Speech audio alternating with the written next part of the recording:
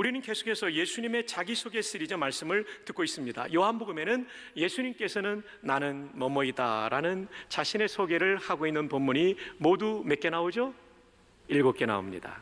이것을 우리는 Seven I am sentences라고 부릅니다. 그래서 이걸 통해서 우리는 예수님의 자기소개 시리즈의 강론을 듣는데 영어로 말한다면 Seven I am 시리즈라고 말할 수 있을 것입니다.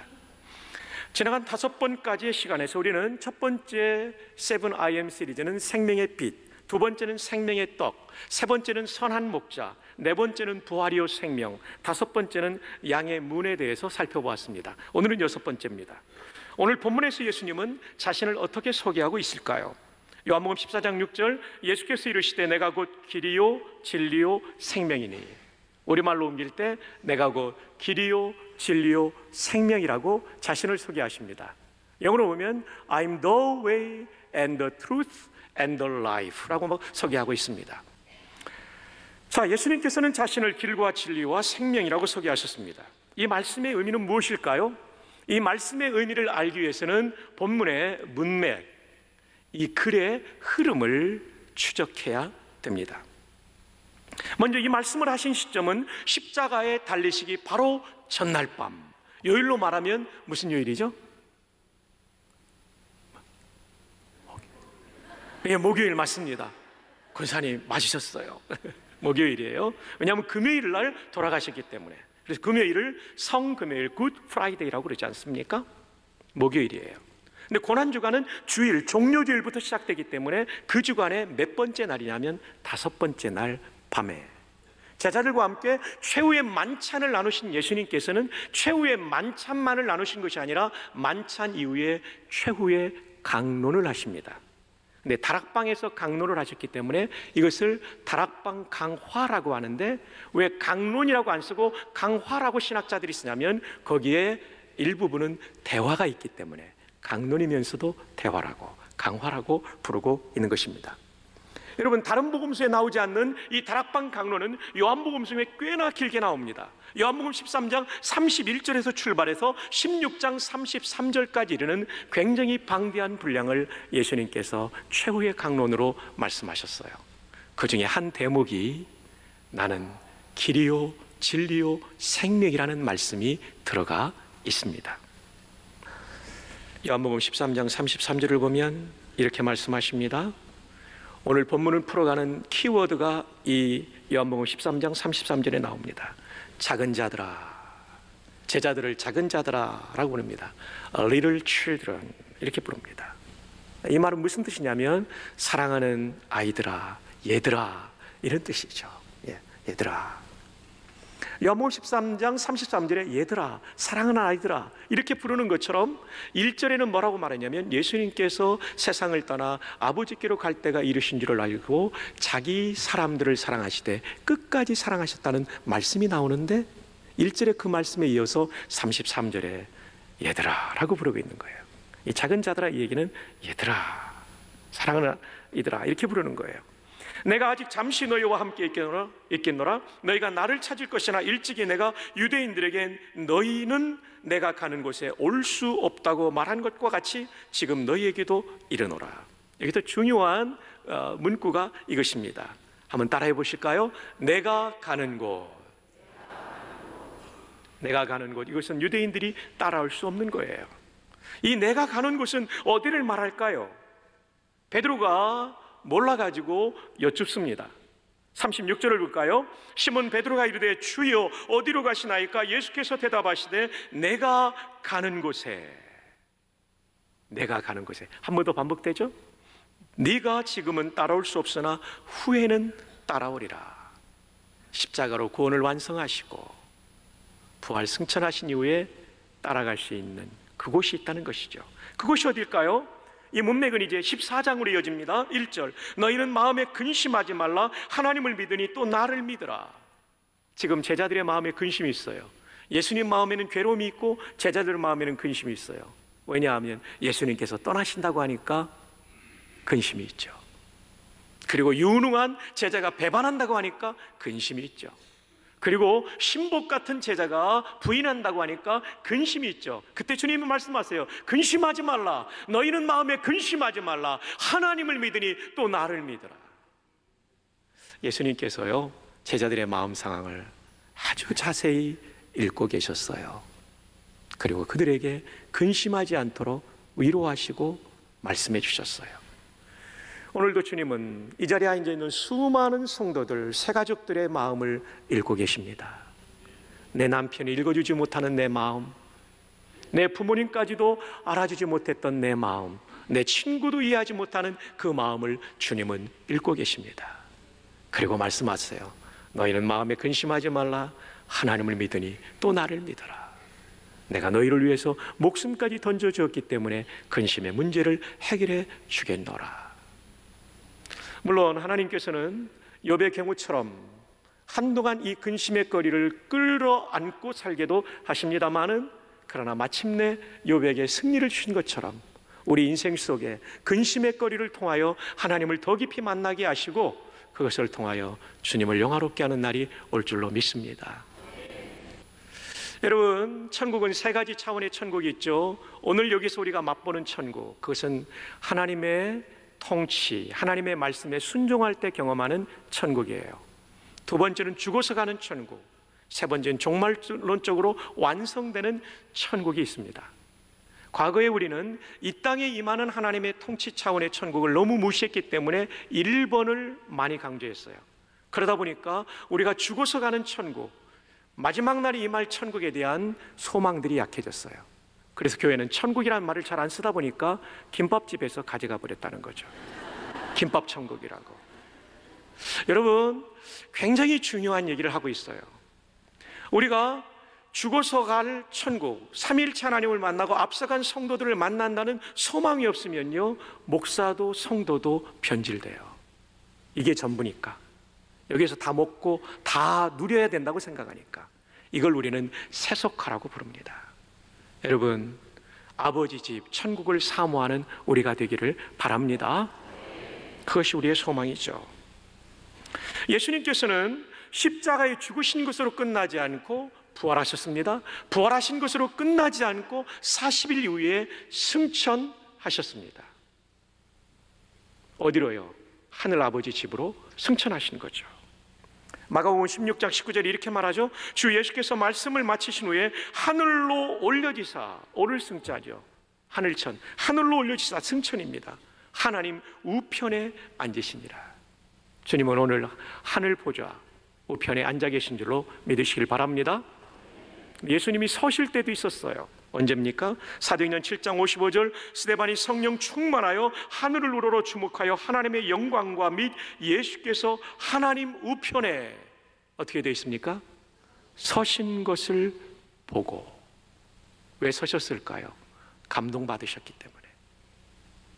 기독교의 최초의 순교자가 탄생되는 순간, 돌에 맞으며 복음을 위하여 자신의 생명을 바치는 그를 보며 주님은 감동에 겨워 일어서신 거예요.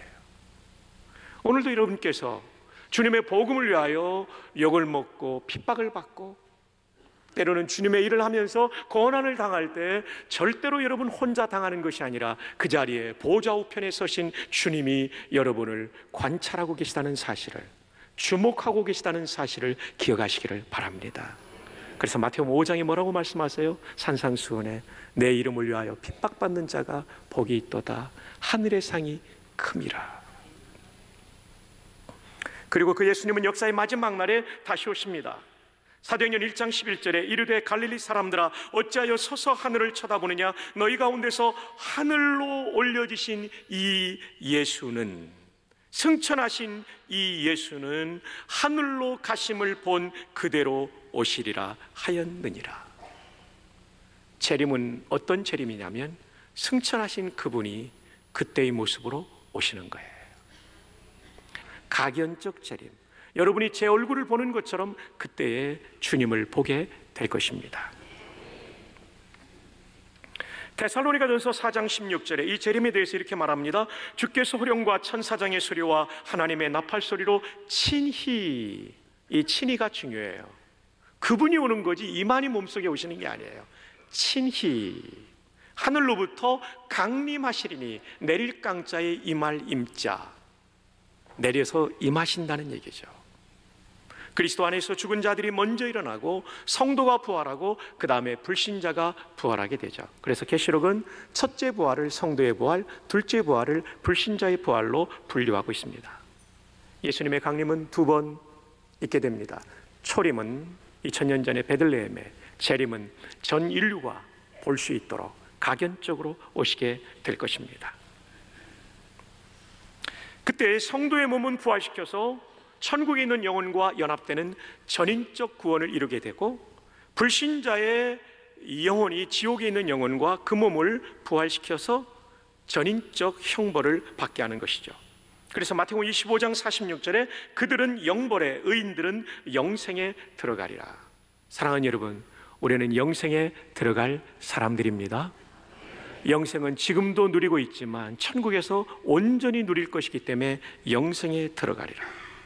요한복음 5장 29절에 선한 일을 행한 자는 생명의 부활로, 악한 일을 행한 자는 심판의 부활로 나오리라. 여러분, 부활이 두 종류가 있어요. 생명의 부활과 심판의 부활. 성도의 부활은 영생을 누리는 부활이기 때문에 생명의 부활이고, 불신자의 부활은 심판의 결과 형벌을 받는 부활이기 때문에 심판의 연장선에서 심판의 부활이라고 부르는 거예요. 그런데 이 요한복음 5장 29절에 오면 우리에게 질문을 자아내는 표현이 나옵니다. 선한 일을 행한 자는 이라는 표현입니다. 이 표현은 마치 우리가 생명의 부활을 얻는 것이 내 선행을 통해 얻는 것 같은, 행위 구원 같은 오해를 만들 수 있습니다. 이 오해를 풀 수 있는 것은 스크립투라 토타, 성경 전체를 보아야 되죠. 놀랍게도 요한복음 5장 29절의 이 물음은 요한복음 6장 29절에서 풀립니다. 참 놀랍지 않아요? 529가 629에서 풀립니다. 우리의 머리에 한계를 하시는 주께서 아마 이 장절을 정했던 스테파누스와 랑톤이 장을 절하고 스테파누스가 절을 분류할 때 AD 11세기와 16세기에 이들의 마음을 감동하셨는지 모르겠어요. 요한복음 5장 29절, 마치 행위구원 같은 선한 일을 행한 자는 생명의 부활로 나온다고 하는 이 표현에 대한 정확한 해석의 답을 6장 몇 절에서요?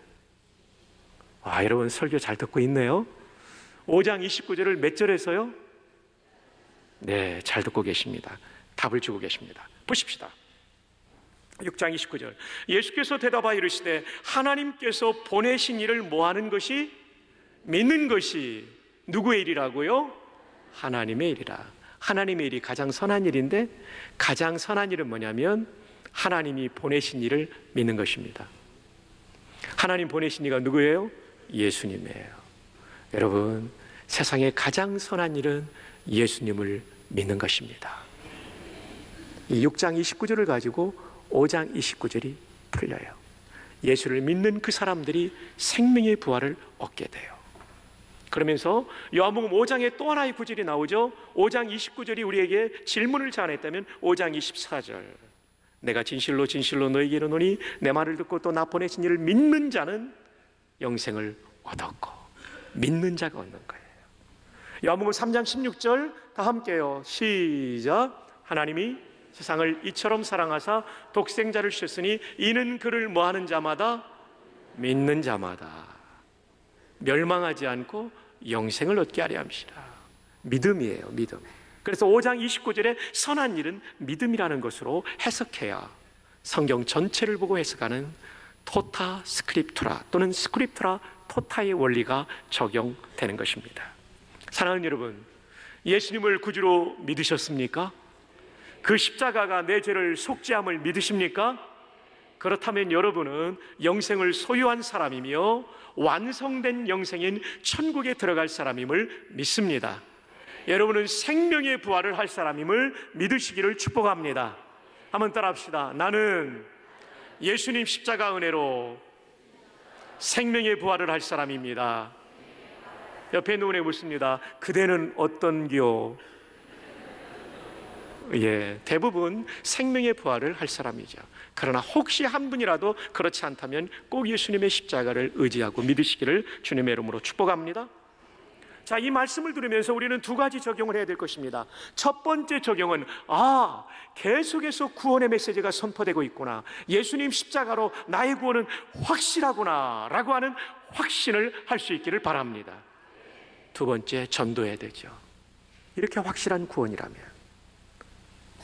심판의 부활에 참여할 수밖에 없는 잃어버려진 사람들을 구원하기 위하여, 가족, 친구를 위해서, 이웃을 위해서, 직장 동료를 위해서 그들의 자녀들을 인도하는 우리 모두가 될 수 있기를 바랍니다. 이것이 우리의 사명인 동시에 우리가 그들에게 베풀 수 있는 최고의 사랑이 되는 것입니다. 예수님께서 십자가에 달리시는 궁극적인 목적은 이 땅에서의 하나님 나라를 경험하는 것이 아닙니다. 그것이 굉장히 중요해요. 그것이 전부가 아니라니까요. 더 중요한 게 있습니다.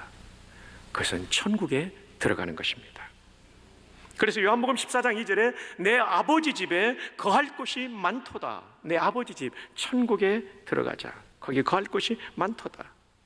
근데 거기에 이어지는 문맥은 또 우리에게 질문을 만들어주죠. 그렇지 않으면 너희에게 일렀으리라 내가 너희를 위하여 거처를 예비하러 가노니. 이 얘기는 부족하다는 뜻이 아니라 그만큼 확실하다는 표현이라고 합니다. 이제 3절을 갑니다. 가서 너희를 위하여 거처를 예비하면, 이것도 뭔가를 만들어야 되는 것으로 오해할 수 있는데 이 예비하면을 조건으로 해석하지 말고 시간으로 해석해야 된답니다. 그 때가 되면 내가 다시 와서 너희를 내게로 영접하여 나 있는 곳에 너희도 있게 하리라. 예수님은 자신이 하늘 아버지의 집, 곧 천국을 향하여 가시면서 제자들에게 다시 이제 묻습니다. 이 집에 대해서 말씀하시며 물으세요. 4절, 내가 어디로 가는지 그 길을 너희가 아느니라. 예수님은 제자들이 천국 가는 길을 안다고 생각했어요. 이때 도마가 말합니다. 여러분, 도마 하니까 또 칼질하는 도마, 주방도구를 생각하는 분이 있는데 그게 아니고 영어로 토마스죠, 그렇죠? 헬라 말로는 이것이 쌍둥이라는 뜻을 가진 단어예요. 이 토마스가 이렇게 말합니다. 주여, 주께서 어디로 가시는지 우리가 알지 못하거늘 그 길을 어찌 알겠사옵나이까. 천국 가는 길 알지? 몰라요, 그 길. 이 얘기예요, 지금 대화가. 바로 그때에 예수님께서 5절에 이어지는 6절의 이 놀라운 7IM의 한 문장을 말씀하십니다. 예수께서 이르시되 내가 곧 길이요, 내가 곧 그 길이요. 얘기는 무슨 말이에요? 내가 천국 가는 길이 된다라고 말씀하고 계시는 거예요.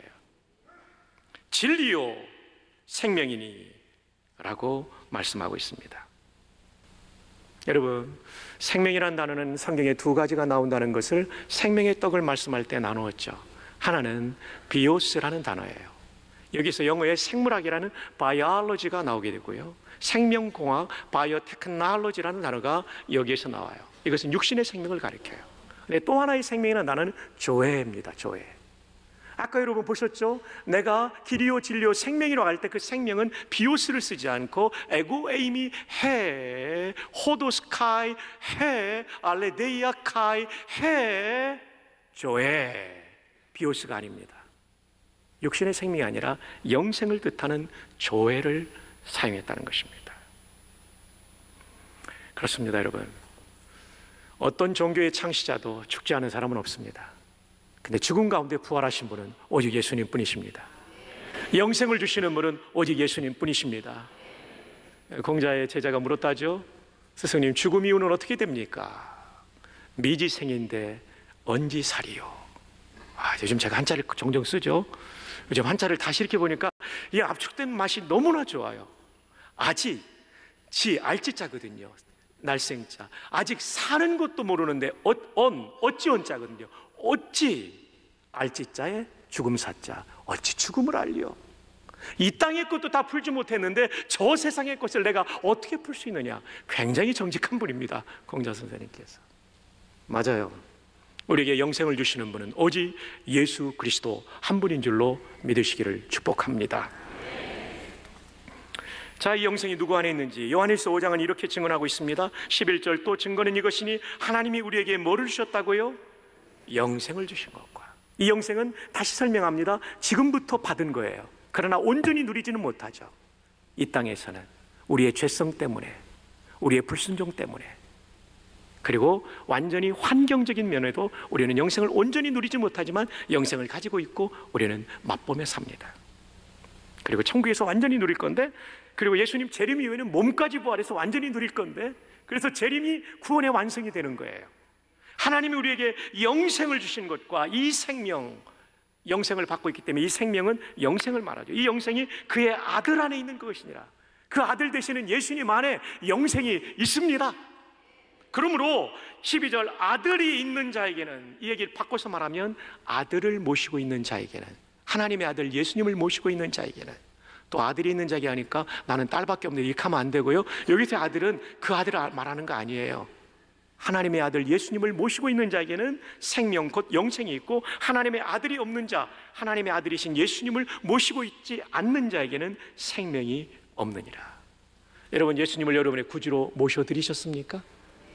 여러분에게 영생이 있습니다. 그리고 천국 갑니다. 재림 때에 몸도 생명의 부활을 하게 될 것입니다. 여러분, 이것은 우리가 많이 살펴본 성경책과 볼펜의 예화를 우리는 학교 다닐 때 많이 들었죠. 여러분, 제가 지금 비유를 할게요. 이 성경책을 예수님으로 좀 비유하겠습니다. 자, 한번 따라합시다. 성경책을 예수님으로 비유하자. 자, 그 다음에 제가 펜을 하나 가지고 있어요. 우리 현아자매가 준 로고스 오프 펜인데요. 자, 이 펜을 영생으로 비유합니다. 자, 펜을 영생으로 비유하자.